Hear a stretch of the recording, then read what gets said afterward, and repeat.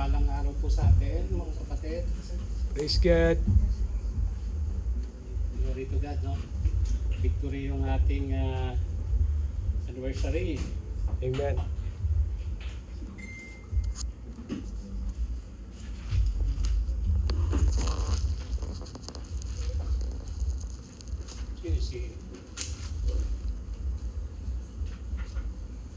Isa lang nakakulik sa atin. Okay. Madami po yan mga... So,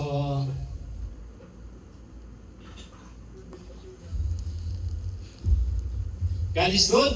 All the time, And all the time, God is good. glory to God. Maraming salamat sa inyo mga kapatid. Narito na naman po tayo sa isang layunin, no? Na maitaas ang ating Panginoon. Nandito po tayo, nagkakatipon-tipon para po sa pagsamba sa ating Panginoon Jesus. Amen po? So, glory to God po. Ako na naman po ang gagamitin ngayong araw, no?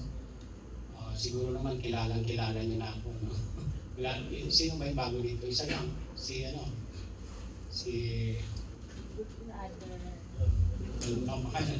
Brother Benji. Benjo. Benjo. Ayan. Brother Benjo. So, lahat naman po tayo, kilala nyo na ako, no? Hallelujah. At, ayan po yung ating topic, no? Prayer or spiritual warfare. So, samahan niyo muna po ako sa bigling panalangin. Hallelujah. Muli, Panginoon, maraming salamat, Panginoon, sa araw na to.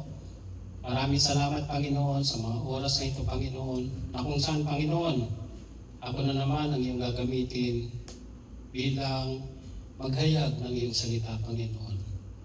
Lord, wala po akong kakayanan, marumi po ako, Panginoon, linisin niyo po ako, Panginoon.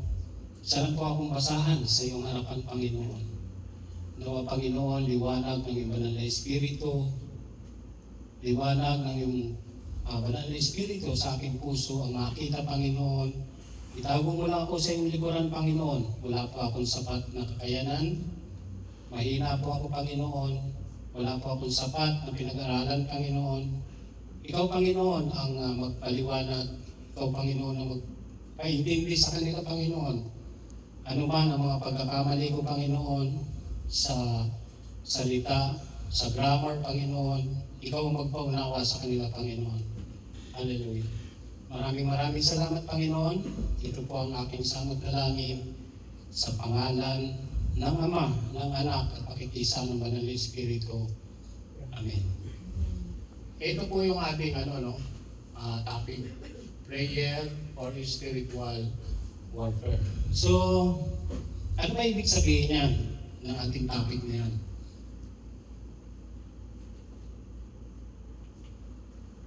So, hindi ko na ilagay. Ito pong mensahe na ito, mga kapatid. Halos ilang araw ko lang po nagawa ito. Kasi po nung sabihan ako ni Pastor Ratcha, alanganin na rin po. So,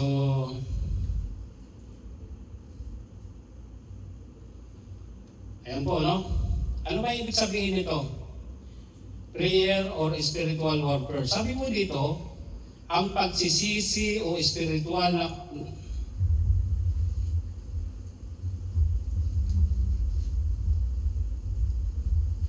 tahimik lahat, ha? God is good? All the time. Kaya palapakan natin ang Panginoon.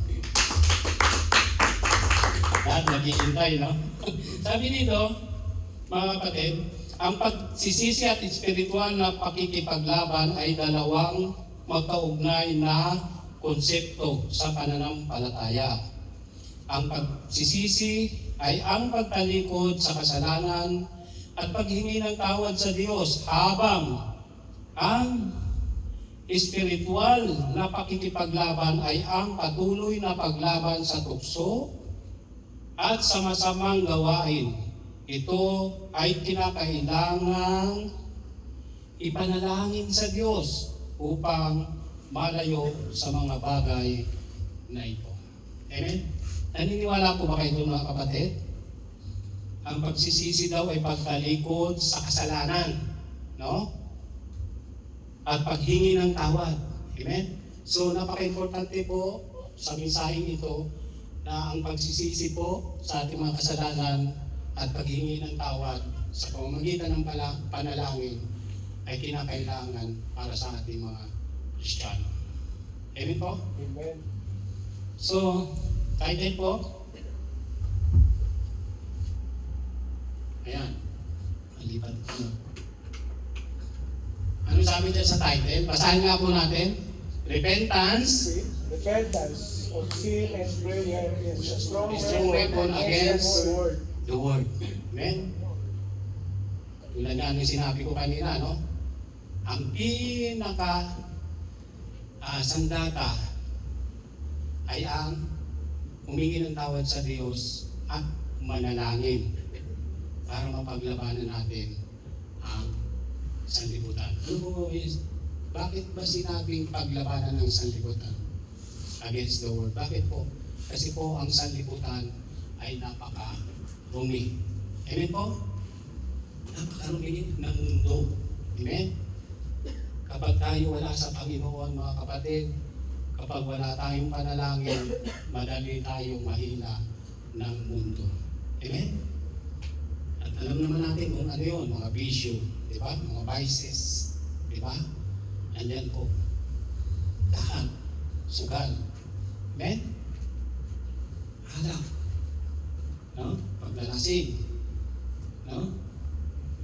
So kapag wala tayong pagsisisi sa ating kasalanan at walang panalangin, hindi po natin mapapaglabanan ang mundo.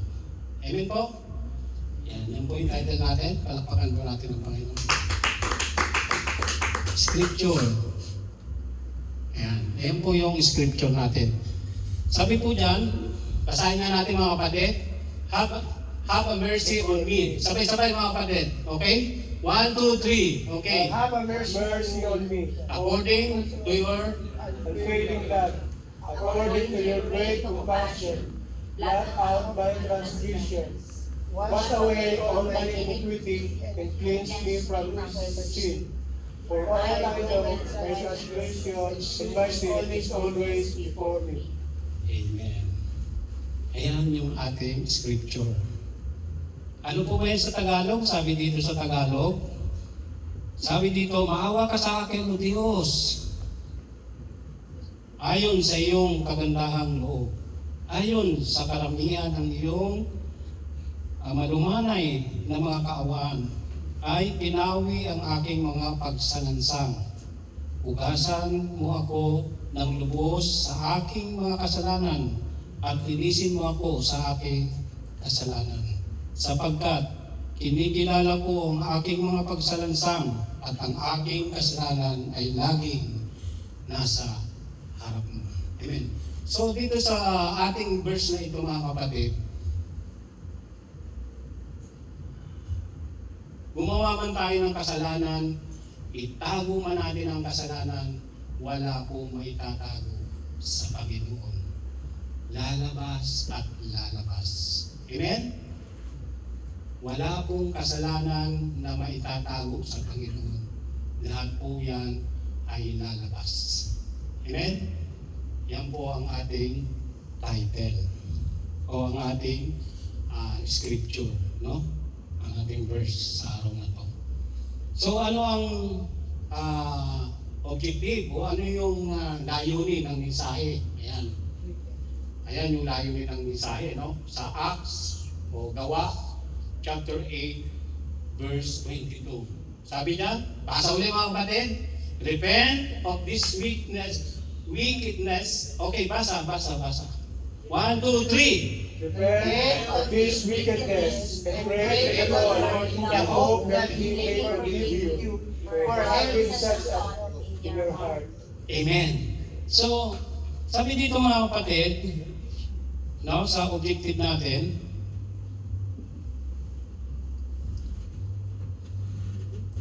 dapat nating matutunan ang paghingi ng tawad sa Diyos at pananalangin, okay, ay may pinakaiktibong sandata laban sa kasamaan. No? Katulad nga po nung title natin kanina, ang pananalangin ay pinaka-epektibong sandata laban sa kasamaan. Amen po? Ayan. So, next. Ayan. Sabi diyan, no?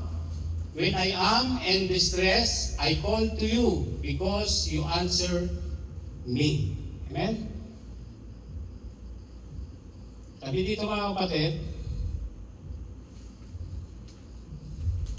wala pong perfectong tao.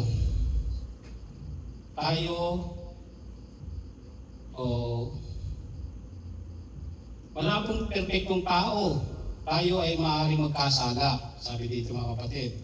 Sa pamamagitan ng ating pagsisisi, okay, kumbiksyon ng Holy Spirit, mapagtanto po natin ang bigat ng ating mga kasalanan. Tuturuan po tayo ng banal na Espiritu na na managhoy. Ano po ba itong managhoy? Malalim na Tagalog, no? Pag-iyak. Managhoy. Anangis. Manangis. Okay, manangis. Okay? Tuturuan tayong manangis o managhoy sa Diyos. At tuturuan din tayong pahalagahan ang kapatawaran sa atin ng Diyos. Amen? Sabi po sa ating introduction, mga kapatid, so, sabi po dyan, yung conviction daw ng Holy Spirit, kung tayo palaging mananalangin, ay nasa atin at tuturuan tayong manangis. Amen? Manalangin, humingi ng tawad sa Panginoon. Amen po? Glory to God. So, tahimik lahat. Okay, next. May verse yan. Ayan yung verse, no? Samuel 11, verse 1. Hindi, ito yung kwento nung kay Samuel, no? Okay. Hindi ko na ilagay yung verse. Basahin ko na lang dito. Sabi dito sa verse ng sa ating introduction, ang verse po natin sa introduction, sa kaarawan ng aking kabagabagan, ay tatawag ako sa iyo sapagkat iyong sasagutin. Ang lalim na naman. Kabagabagan. Ano yung kabagabagan, mga kapatid? Malo. Ang lalim, no? Ha? Kabagabagan. Sabi. Kabalisa. Kabalisahan. Yun, kabalisahan. Ang lalim. Galo ka. Ayaw na mag-English. Kababagan.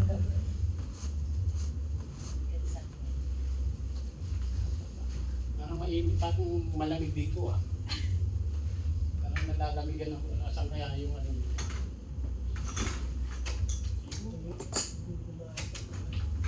Ano yan? Ayan nyo na yun pa.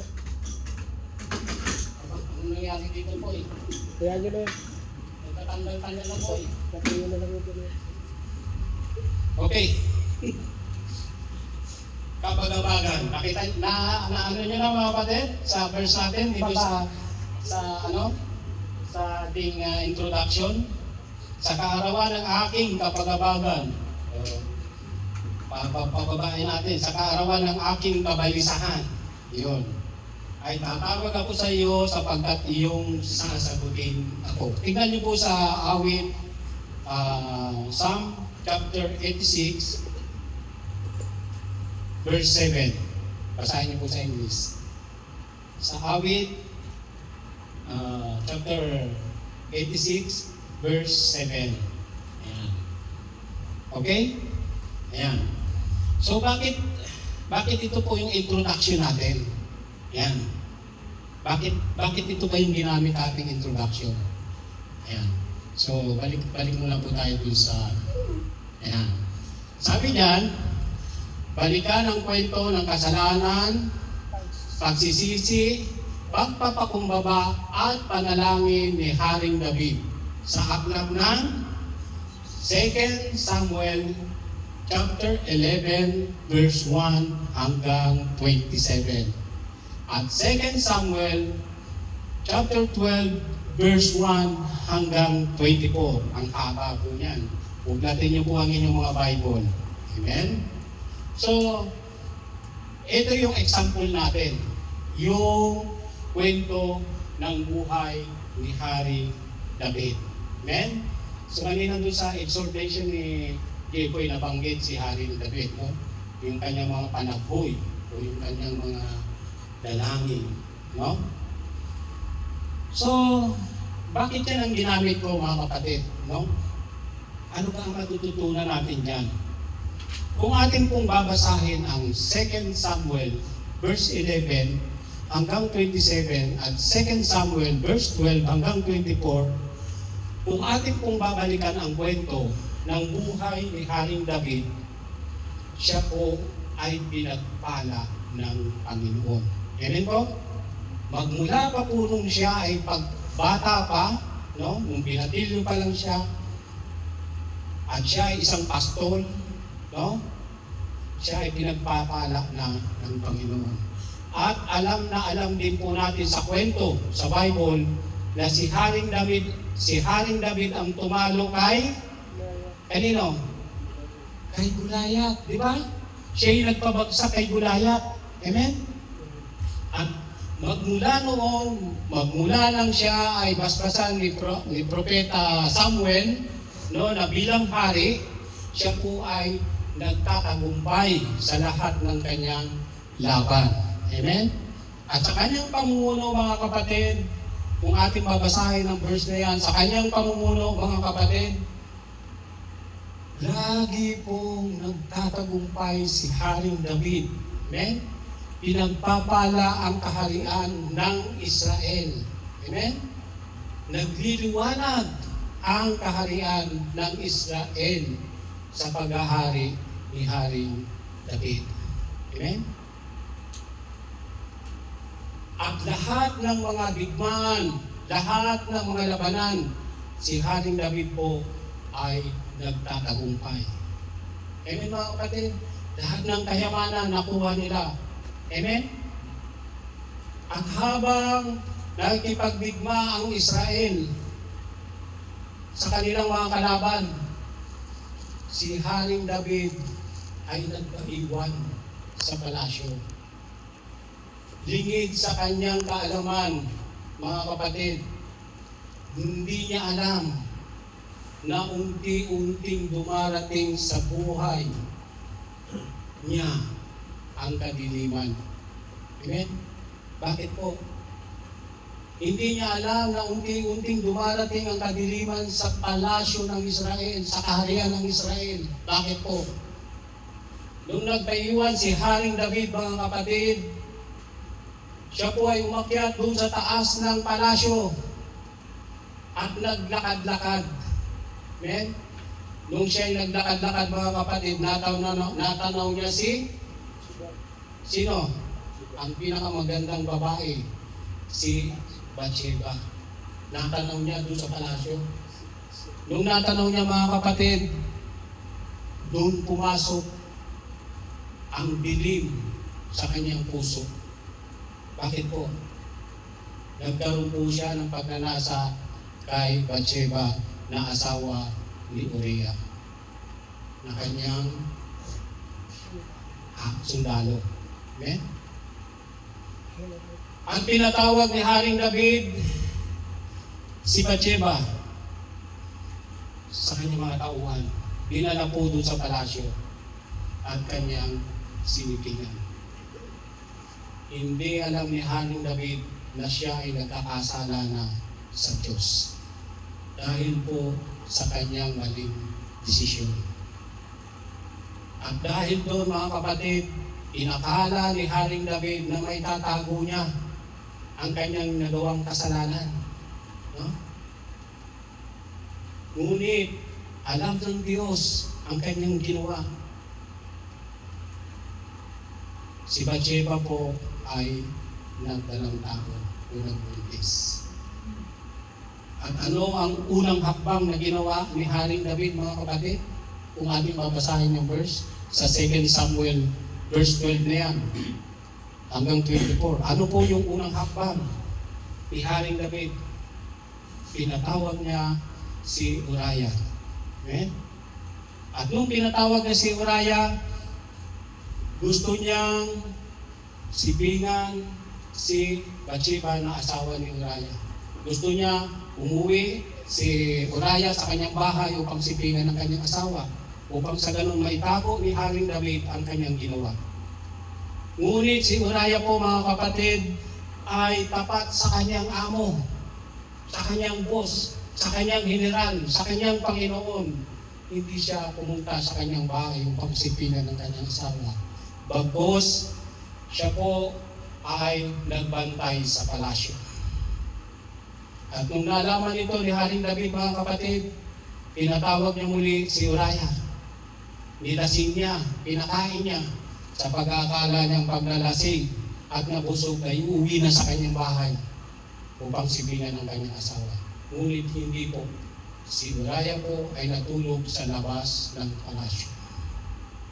At ang pangatlong desisyon ni Haring David, siya po ay sumulat sa kanyang general na si Moab doon sa kwento. At ang sulat na nakalagay doon, si Uriah ay isabak sa digmaan, siya ang manguna at ang buong hukbo ng Israel ay umatras upang si Uriah ay mamatay. Yun ang pinakamasakit na hakbang na kasalanan na ginawa ni Haring David. Mga kapatid, pinahamak niya si Uriah. Pinapatay niya si Uriah. At si Uriah pa ang nagdala ng sulat kay Moab doon sa general. Hindi niya alam na ang sulat na yon ay ang kanyang kamatayan. So nakita po natin, mga kapatid, ang mga kasalanan ni Haring David.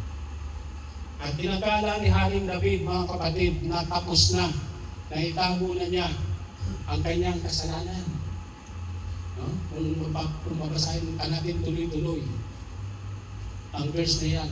Akala ni Haring David, dahil patay na si Uriah, inakala niya, mga kapatid, na may tatago na niya ang kanyang kasalanan. No? Anong ginawa ni Haring David? Kinuha niya si Bathsheba at dinala sa palasyo bilang kanyang asawa. At dahil doon, nagalit ng gusto ang Panginoon. At ang Panginoon, mga kapatid, ay nagsugo ng isang propeta. Sino yung propeta ang sinugo niya? Sino yung nababasa ng Bible? Sino? Si Prophet Nathan, no? Si propeta Nathan. Sinugo niya. Pagsugo ng Panginoon kay propeta Nathan, pagdating ni propeta Nathan kay David, kay Haring David, sinabi ni propeta Nathan, hindi niya direktang sinabi ang kanyang kasalanan. Sinabi ni propeta Nathan, kung babasahin natin ng Bible, no? Sinabi ni propeta Nathan sa chapter 40, chapter 12 verse 40, 20, diyan sa 24, no? Sa last, sinabi ni propeta Nathan, may isang mayaman. Sabi niya, hindi niya direktang sinabi kay Haring David na na yung kanyang kasalanan, no? Sinabi ni propeta Nathan kay Haring David, may isang mayaman na may maraming ari-arian, maraming kawan, maraming mga alagang tupa, no? At meron namang isang mahirap na iisa lang yung kanyang alaga at pinakamamahal niya yung alaga na yon. Kasama pa niya matulog, lagi niyang pinapakain, no? At may dumating na bisita sa mayaman, no? Pagdating ng bisita sa mayaman, mga kapatid, kinuha ng mayaman ang tupa ng mahirap, kinatay at pinakain sa kanyang bisita. Samantalang ang mayaman, napakarami niyang tupa, pero hindi niya binawasan yon, kundi kinuha niya yung tupa ng mahirap. At agad nagalit si Haring David. Sabi ni Haring David, dapat mamatay ang mayaman na yaon. At dapat maka-4 na bisis na ibalik ang korderong kinuha ng mayaman doon sa mahirap. At sabi ni Nathan kay David, ikaw ang mayaman na iyon. Doon napagtanto ni David na ang kanyang kasalanan ay hindi niya naitago sapagkat alam na ni Propeta Nathan. At doon po nag-umpisa siyang magsisi. Doon po nag-umpisa siyang nanangis at nanalangin sa Panginoon. Amen mga kapatid? Dahil ang 4 na kordero na sinabi niya na dapat ibalik doon sa mahirap ay siyang nangyari sa kanya. 4 na sakuna ang kanyang dinanas. Una, namatay ang anak nila ni Bathsheba. Pangalawa, namatay ang kanyang kaharian ay inagaw sa kanya ng mismo niyang unang anak, no? At namatay ang kanyang unang anak, no?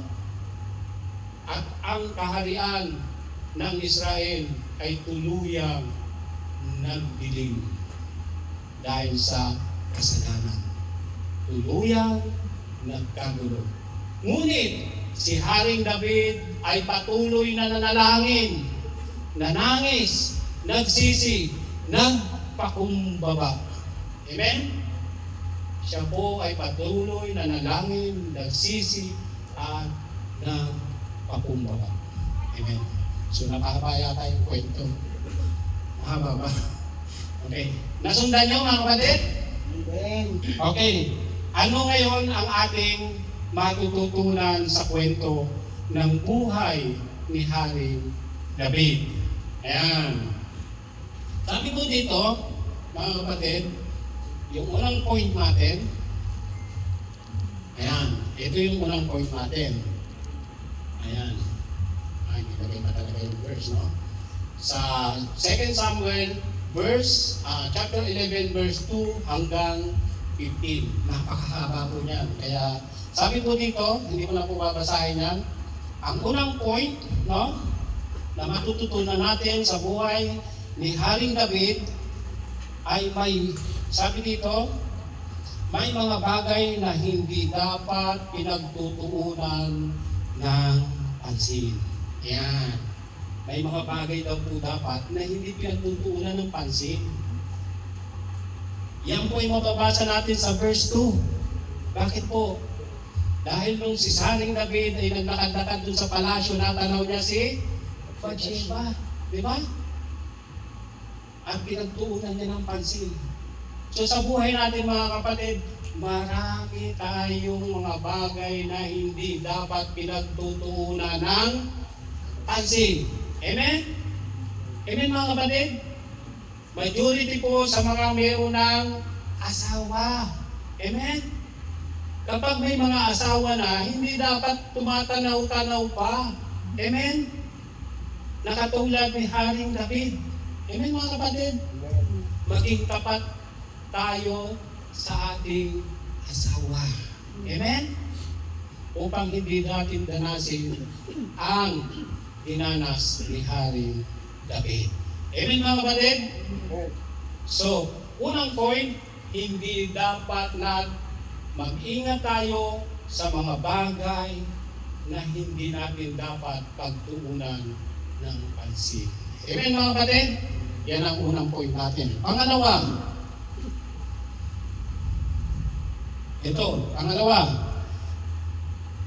huwag magtago ng mga kasalanan sa verse 4 and 5.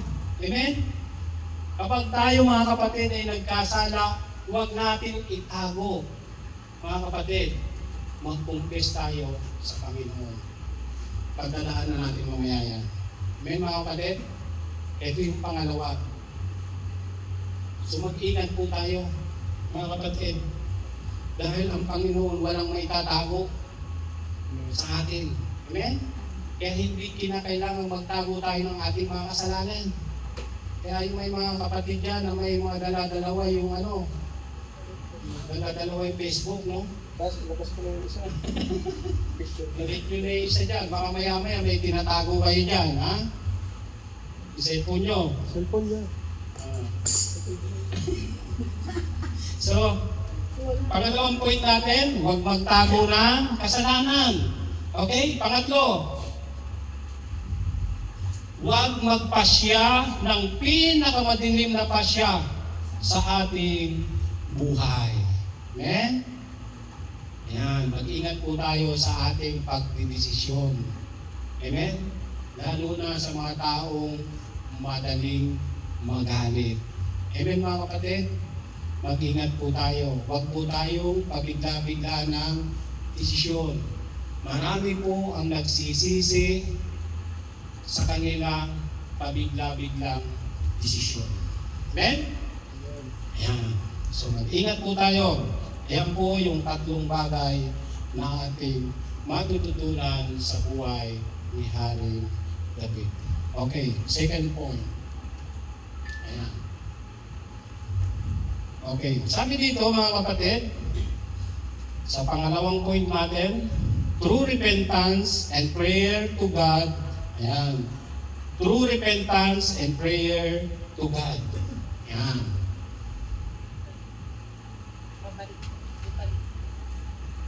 Pangapat na yun. Yan. Ayan. True repentance and prayer to God. Matatagpuan natin sa 2 Samuel verse 2 Samuel chapter 12 verse 1 hanggang 6. Mahaba po yan. So sabi dito mga kapatid, ang ginawa ni Haring David ay, sabi dito, ano ang ginawa ni Haring David nang mapagtanto niyang siya ay nagkasala? Amen. Ano ang ginawa ni Haring David nung mapagtanto niyang siya ay nagkasala? Nakita naman po natin sa kwento, no? Alam natin kung anong ginawa niya. Pero sa buhay natin mga kapatid, ano kaya ang gagawin natin kung tayo ay nagkasala? Ayan. Amen? Maaaring ang iba, lalo na kapag hindi mananampalataya, kapag sila ay nagkasala ay sinisisi ang iba. Amen? Pag nagkaroon ng kalabuyo, sinasabi, kasi ikaw, lalapit-lapit ka sa akin eh. Ano-ano ka eh, ano-ano ka, ayan, nangyari, tuloy sa atin. Di ba? Nagkaroon ng pagsisisi. Di ba? Ganyan.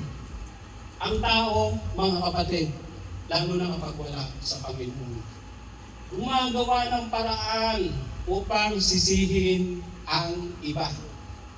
Amen? Pero si Haring David po, hindi po siya nanisi ng iba. Hindi niya sinisi si Bathsheba. No? Bagko siya po ay nagpakababa at nananangin. Amen?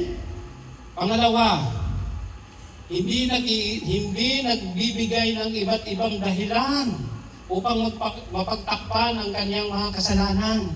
Amen? Hindi rin ginawa ni Haring David to. Sa atin bilang mga Kristiyano o mga hindi pa mananampalataya, gumagawa po ng paraan upang mapagtakpan ang mga kasalanan. No? May kilala po ba kayong gano'n?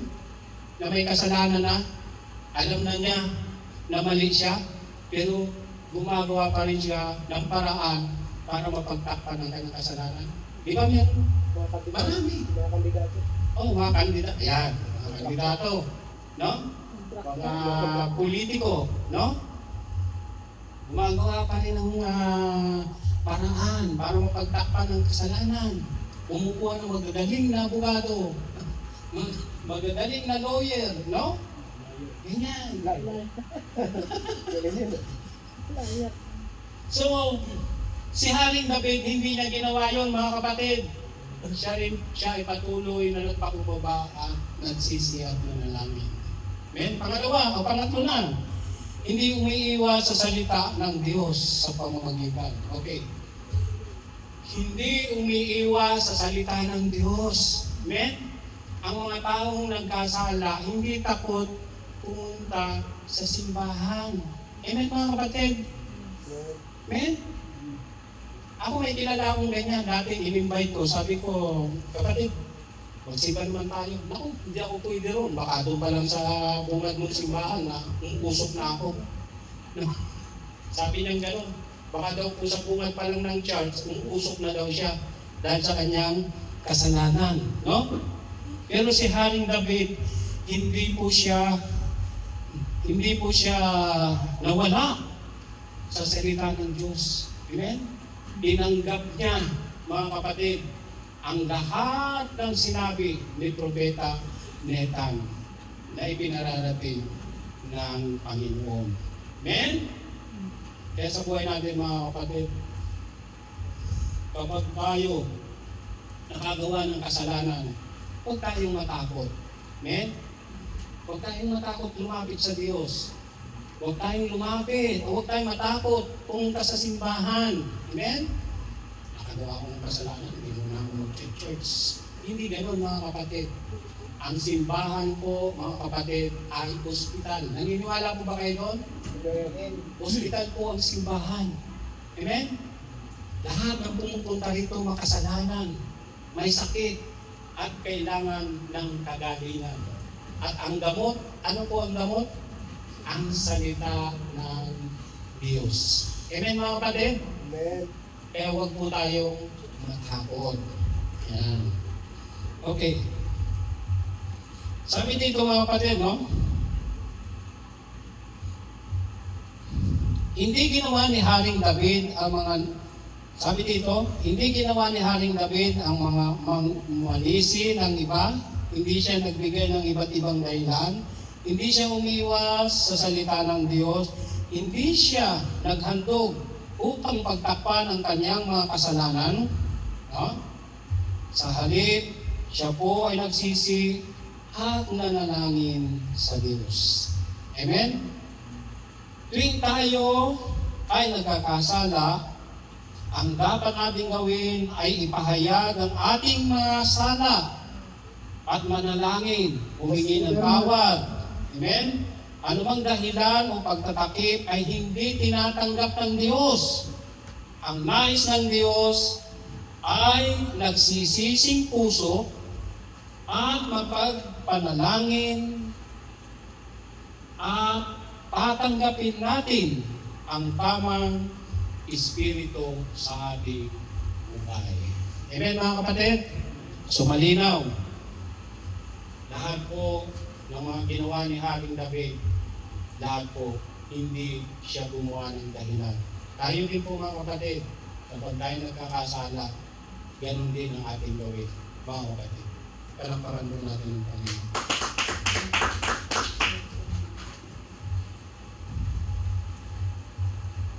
Ayan. May oras pa ba? May lima pa ba ito natin ano? Okay, pangatlo natin, the fruit of God's prayer and forgiveness of our sin. Amen. Amen. Sabi dito, mga kapatid, ang mga bunga ng panalangin at pagpapatawad ng Diyos sa ating mga kasalanan. Amen? Ito raw, mga bunga. Kapag ang kasalanan ng tao ay napatawad ka, ano ang bunga sa kanyang buhay? Ano daw yung magiging bunga sa ating buhay kapag napatawad na tayo ng ating mga kasalanan at nagsisi at nanalangin tayo? Ano po yung magiging bunga? Number 1, siya ay nalinis na at mapagpanalangin. Amen? Nalinis na po siya at palagi na nanalangin. Katulad din Haring David. Okay? Pangalawa, bilisan na lang natin. May kagalakan sa puso. Yan, laging masaya. Amen? Kapag nalinis na ang tao at laging nananalangin, lagi po siyang masaya. Amen? Palapan po natin ang mga kapatid, no? Pagpasok ka lang yan sa gate, pag binuksan natin yung gate, may aninag mo sa kanilang mukha ang kasiyahan. Amen? Amen? May nakita ba kayong tao na pag pumasok sa loob ng simbahan, nakasimangot? Oo, ang hilig daw sa labas eh. Wala, di ba? Kahit mainit sa labas, pagpasok nila rito, masaya sila. Amen? Ayan, ganyan tayo nilinis ng Panginoon. Amen? Okay, pangalawa, ang kanyang kasalanan ay tinanggal na ng Panginoon sa verse 9. Ayan, mababasa po natin yan. So sa kanya, ang tao na nilinis na ng Panginoon at lagi na nanalangin, ang ating kasalanan po ay tinanggal na ng Panginoon. Amen? Ang apat, may isang tamang espiritu. Yan. Sa kanyang kalooban. Amen? Sa verse 10, meron po tayong isang tamang espiritu. Amen? Tamang espiritu. Bakit po sinabing tamang espiritu? Kasi po, lahat po ng ating ginagawa ay nasa tama. Amen? Amen mga kapatid? Amen. Magkamali man tayo, nandun yung conviction ng banal na espiritu at yun po ay na ating naiitama. Amen mga kapatid? Okay, ang sunod natin, hindi na siya pinalalaya sa harapan ng Diyos. Ibig sabihin, hindi na siya tinatakwil ng Diyos. Amen? Sabi doon sa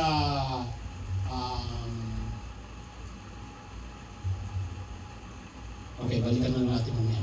Kalimutan ko na. Sabi na, okay.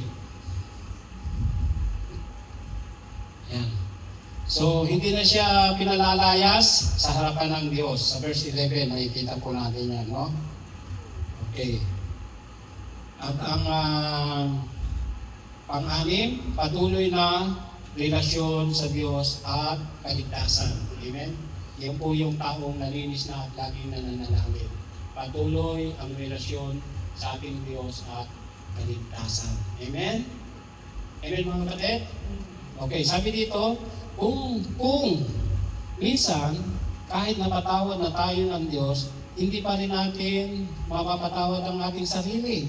Patuloy pa rin tayo na nag-iisip at sinisisi ang sarili. So, bakit? Sabi dito, sa patuloy na pananalangin, katulad ni Haring David, sisikat ang bagong umaga sa ating buhay. Amen? And last verse, last point. Ayan. Last point natin. Ang sabi dyan, sa last point, basa mga kapatid, ang sabi dyan, step that should be taken by person who has been forgiven by God. Amen? Yan po, yung panghuli natin, no? Mga hakbang na dapat gawin ng taong pinatawad ng Diyos. Amen? Kapag tayo po nananalangin palagi, pinatawad na tayo sa ating mga kasalanan, nag-confess na tayo sa ating mga kasalanan, mga kapatid, ito po yung mga hakbang natin. Tulungan ang ibang makasalanan upang magsisi at bumalik sa Diyos. Verse 13. Amen po? Pangalawa,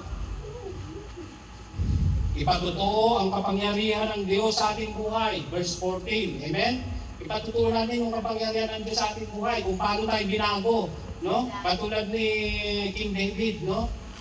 Patutuo natin. Amen, mga kapatid, kung paano mo binago, kung paano binago ang buhay mo. Amen? Ako mga kapatid, pinapatutuo ko sa inyo, nung wala pa po akong pagkakilala sa Panginoon, mga kapatid, lasinggero po ako. Manginginom. Doon po sa lugar namin sa San Mateo, meron doon tinatawag na Pulong Bicol. Ibig sabihin, Pulong Bicol, lahat ng mga nandun, mga Bicolano. Walang ibang nahalo doon sa lugar na yon, sa barangay na yon, kundi puro mga Bicolano. Kaya tawag doon, Pulong Bicol. At araw-araw po kami lasing kapag walang trabaho. No? Sela. Ang trabaho ko po, construction. Sela. Pag wala po akong project, walang trabaho, araw-araw po kami lasing. Kaya pag darating ang birthday, mga kapatid, pag darating ang Pasko, yung mga tindahan doon, ang regalo sa amin, gin.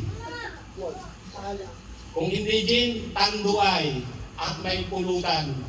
Yan po, ang pulutan mga dinagari, mga maling, mga gano'n, mga sichirya. Yan. Pag may birthday at pag Pasko, Ganun po ang regalo sa amin. Dahil bakit po? Kilala po kami doon sa lugar na yon ng mga sumog, baga. At doon po sa grupo namin, sa tropa na yun, napakarami namin. Pagkukumpare, marami po kami. Purihin ang Panginoon. Bakit po? Ako po ay nakatayo sa inyong harapan, nagpatotoo na binago ng Diyos. Bakit po? Lahat po ng mga kumpare ko, wala na. Isa na lang po ang natitira, disabled pa. Halos kaedad ko po yun. 55 pa lang po ako. Pero lahat po, karamihan ng kumpare ko namatay sa alak. Merong namatay sa inuman, umitim na lang, nagitim na lang siya, nalasong na yung kanyang baga, nagitim na lang siya, namatay. Merong nabangga dahil lasing. Iba't ibang klase po ng kakamatayan ang inabot nila. Ito po ang sabi ng Romans 3, ang sabi po, Romans 3:26, no? Romans 3:26, the wages of sin is, ha? Romans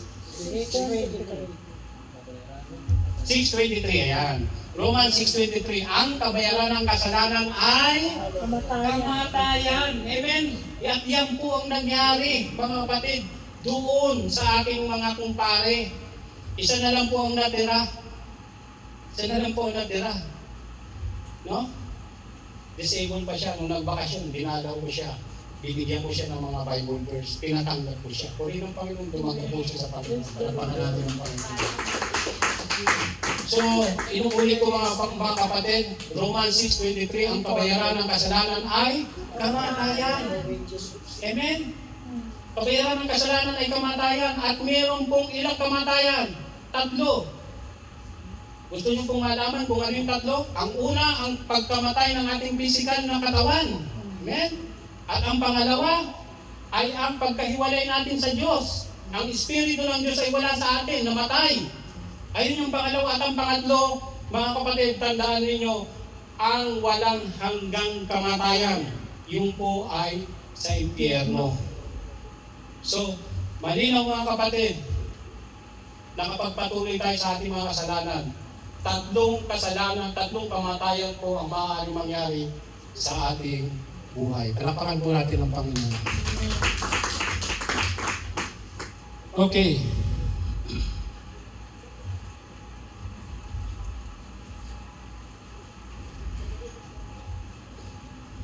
Okay. Ito ipatutuo, no? Sa pangalawa, palaging papurihan ang Diyos. Joshua 1:8, no? Lagi manalangin, magbasa ng kanyang salita. Verse 16. Okay? Pang-apat, mag-alay ng mga handog sa Diyos. Ayan. Mag-alay po tayo ng mga handog sa Diyos. Amen mga kapatid? Yan po yung mga hakbang na dapat nating gawin ng taong pinatawad at palaging nananalangin sa Diyos. Dapat po ay nag-aalay tayo ng mga handog sa Diyos. Amen mga kapatid? Ano po ba yung mga handog sa Diyos? Marami po ang klase ng mga handog sa Diyos. Ano po yun? Unang-una, ang buhay at oras nyo. Sabi nga doon sa kanta ni Kuya ko, buhay at oras ko sa iyo lamang aking umahan. Buhay at oras, sabi ng ating kapatid na buong sa kanyang awit. No? Unang-unang dapat inihahandog natin mga kapatid ang ating buhay at ang oras para sa Panginoon. Amen? Pangalawa, ano yung sunod na handog natin na kailangan natin ihandog sa Panginoon? Ha? Yung pagbibigay natin sa gawain para sa Panginoon. Amen? Ayan. At marami pa pong iba na handog para sa Panginoon. Yung pagtulong natin sa ating kapwa, handog din po yan sa Panginoon. Amen mga kapatid? Kaya kinakailangan po bilang mga Kristiyano, mag-alay po tayo ng handog sa Diyos. Yan po ang isang pinatawad na at palaging nananalangin. Yan po ang kanilang tunay na mga hakbang. Sabi dito mga kapatid, ang hakbang ng bawat Kristiyanong pinatawad na ng Diyos ay mapagpanalangin, papurihan palagi ang Diyos, at palaging matulungin sa lahat ng bagay, at may mapagpakumbabang puso katulad ni Haring David. Amen po? At pangwakas natin, glory to God. Ayan. Conclusion na tayo. May natutunan po ba kayo sa mensahe, mga kapatid? Amen. So malinaw, no? Okay. Sabi dito sa ating conclusion, come to God and confess our sins. Ayan. Lumapit daw tayo sa Diyos at i-confess ang ating mga kasalanan. Ito pong verse na ito po ginagawa ito nung panahon na nasa kabila pa tayo, no? Nung di pa natin lubos na kilala ang Panginoon. Anong ginagawa ng tao kapag nagkakasala? Pumupunta po dun sa isang parang tulungan, no? Papasok siya doon, compassion, no? Nandun yung pari sa kabila, compassion, no? Nagkukumpisan, yun. Papasok ka doon, tapos sasabihin mo lahat yung mga kasalanan mo, tapos sasabihin ng pari sa'yo, manalangin ka ng 10 abagin o barya, 3 ama namin, 12 anama. Marami sa iyong sasabihin yung pare, no? Pero sa ating mga Kristiyano, mga kapatid, ito po ang tunay na kumpes ng aming kasalanan. Sabi dyan sa verse, basahin natin mga kapatid sa, sabay-sabay. Sabay-sabay mga kapatid, basa. Submit yourselves then to God. Resist the devil, and he will flee from you. Come near to God, and he will come near to you. Wash your hands, you sinners, and purify your hearts, you double-minded. Amen. So yan po ang tunay na pagkukumpes sa ating Panginoon. Pasakop nga kayo sa Diyos, mga kapatid, no? Datapwat magsisalangsang kayo sa daplog at tatakas siya sa inyo.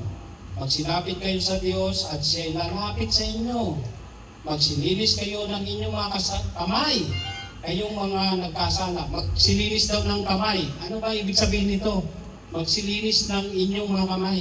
Ibig sabihin po niyan, bago tayo lumapit sa Diyos, manalangin, humingi po tayo ng kapatawaran sa ating mga kasalanan, no?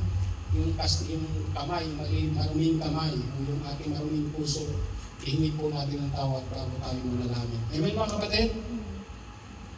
Lumapit tayo, humingi ng tawad, katulad ni King David, no? Siya ay hindi gumawa ng iba't ibang paraan. Isa lang ang ginawa niya, nagsisi, nagpakumbaba. Number 1, pinaka-importante sa isang tao, mga kapatid, ang pagpapakumbaba. Amen? Pagpapakumbaba. No? Kasi mahirap naman yung tayo humihingi ng tawad tapos mapagmataas, mahirap po yun. Hindi katanggap sa tisyon. Amen mga kapatid? Dapat ang puso natin ay may puso mapagpakumbaba. Amen? So, bilang pangwakas mga kapatid,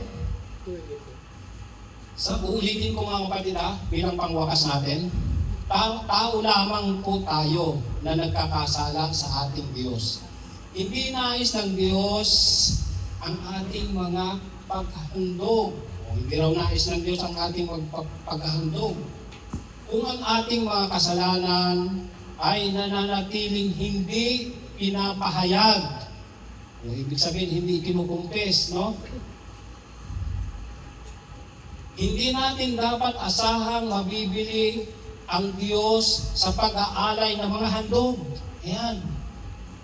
Sa halip, ipahayag po natin ang ating mga kasalanan, mangumpisal, at manalangin ng may mapagpakumbabang puso.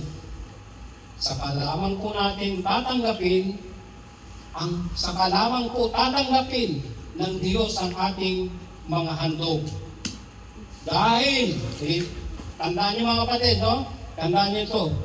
Sabi dito, dahil ang pinakamagaling na paghahandog sa ating Panginoon ay ang maialay ang isang pusong nagsisisi, mapagpakumbaba at mapagpanalangin.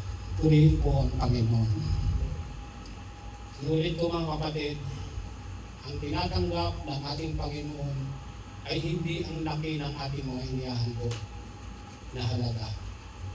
Amen? Ephesians 2:9, sapagkat sa biyaya kayo'y mga naligtas at hindi sa inyong sarili. Amen? Ito ay kaloob ng Diyos, hindi sa pamamagitan ng mga gawa upang ang sinuman ay mapagpabuti. Amen? Amen mga kapatid? So hindi tinatanggap ng Panginoon kung gaano man kalaki ang inyong mga inihahandog, ang inyong mga tulong sa mga charity o pagbibigay ninyo sa simbahan kung wala kayong tamang pagsisisi, pagpumpes ng inyong kasalanan at pananalangin. Palakpakan po natin ang Panginoon.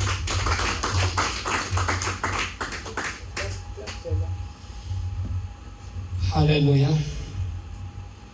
Muli Panginoon, maraming salamat sa mensahe. Nawa Panginoon, ang mensahe na pinagkaloob mo sa araw na ito, Panginoon, ay maglima sa bawat puso ng aking mga kapatid.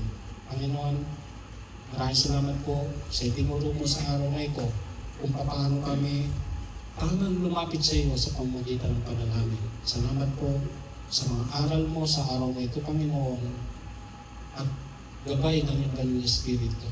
Salamat din, Panginoon, sa iyong liwanag ng iyong Espiritu sa bawat puso ng ating mga kapatid na nakinig ng iyong salita. Maraming salamat, Panginoon. Panginoon, kinukumpis po namin, Panginoon, ang aming mga kasalanan, Panginoon. Tao lamang po kami, Panginoon, nagkakasala, Panginoon. Maaaring sa isip, sa salita, sa tuwa. Maaaring may mga kasalanan kami sa aming kasama sa trabaho. Maaaring may mga kasalanan kami, Panginoon, sa aming pamilya, sa aming anak, sa aming kapatid, sa aming magulang, sa aming mga boss. Lord, patawarin mo kami, Panginoon. Patuloy mo, Panginoon, na linisin ang aming puso. Patuloy mo dalisayin ang Panginoon ang aming mga buhay, Panginoon. Gawin mo po kami mapagpakumbabang puso, Panginoon, katulad ni Haring David. Na bagamat dumaan sa napakaraming pagkakasala, siya po ay naging matatag sa kanyang pananampalataya para sa iyo, Panginoon. Ganun din naman kami, Panginoon. Patuloy mo kami patatagin sa aming mga pananampalataya. At nawa, Panginoon, patuloy mo pagliwanagin, Panginoon, sa aming buhay ang inyong Banal na Espiritu. Patuloy ang ginawa mo kay Haring David. Muli mo pinagliwanag ang kanyang kaharian. Muli mo ibinigay ang liwanag ng kaharian ng Israel sa pamamagitan ng kanyang anak na si Solomon. Dahil sa pagpapakumbaba ni Haring David, Panginoon, nagliwanag muli, Panginoon, ang Israel sa pamamagitan ni Haring Solomon na anak ni David. Lord, naniniwala kami, Panginoon, sa lahat ng aming mga pagkakasala, sa lahat, Panginoon, ng aming mga nagawang hindi maganda sa iyo, Panginoon. Pagliliwanagin mo ang bawat buhay ng aming buong pamilya. Nung kami ay patuloy na mag-ihingi ng tawad at mananalangin at magkakaroon ng mapagkumbabang puso. Maraming salamat po sa mensahe ito. Sa pangalan ng Ama, ng Anak at pakikisan ng Espiritu. Amen. Okay, tuloy-tuloy na po tayo.